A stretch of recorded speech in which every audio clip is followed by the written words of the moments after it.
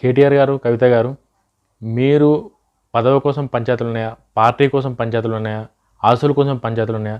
మీకేమైనా పంచాయతీలుంటే మీరు పంచాయతీలు లోపట చూసుకోవాలా తప్ప మీ పంచాయతీల దిక్కించి 10 ఏళ్ళు ముఖ్యమంత్రి చేసిన కేసీఆర్ గారిని రోడ్డు మీదకి తీసుకొచ్చి ఆయన పేరు ఖరాబయ్యేటట్టు మీరు ఇట్లా మీడియా ముందు స్టేట్మెంట్లు ఇచ్చుకోము ఇవన్నీ మంచి పద్ధతి అయితే కాదు.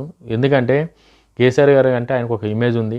10 ఏళ్ళు ముఖ్యమంత్రిగా చేసిరు తెలంగాణకి. తెలంగాణకి ఆయన ఎన్నో మంచి పనులు చేసిరు. ఈరోజు పవర్ లేకపోవచ్చు. ఈరోజు పవర్ లేదని చెప్పేసి ఇన్ని దినాలు మంచిగా ఉండి పవర్ పోగానే ఈ పంచాయతీలు పెట్టుకుంటే అది మీకు మంచిది కాదు, కేసీఆర్ గారికి కూడా మంచిది కాదు.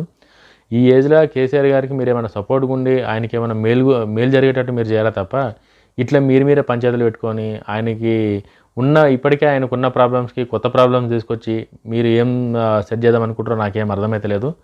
బట్ కేసీఆర్ గారు లాంటి ఒక వ్యక్తి వల్లనే ఈరోజు మీకు ఈ స్థాయి, ఈ హోదా, ఈ మర్యాద అన్నీ దక్కినాయి. అది మీరు కాపాడుకుంటూ ఉండాలి తప్ప ఇట్లా మీ సొంత రాజకీయాల కోసం, మీ సొంత లాభాల కోసం అని చెప్పి కేసీఆర్ గారికి ఇబ్బంది పెట్టి ఆయన బదలం చేసే పని అయితే చేయకూరి. ఎందుకంటే తెలంగాణలో కేసీఆర్ గారి పేరు, ఇమేజ్ ఎట్లుందో అందరికీ తెలుసు. మీరు ఇట్లా చేస్తే అవన్నీ పోతాయి. అవన్నీ పోయిన తర్వాత కేసీఆర్ గారికి పేరున్న రోజులే మీకుంటాయి. ఆయన కనుక పేరు ఖరాబ్ అయిందంటే మీకు ఖరాబ్ అయినట్టే. జై హింద్.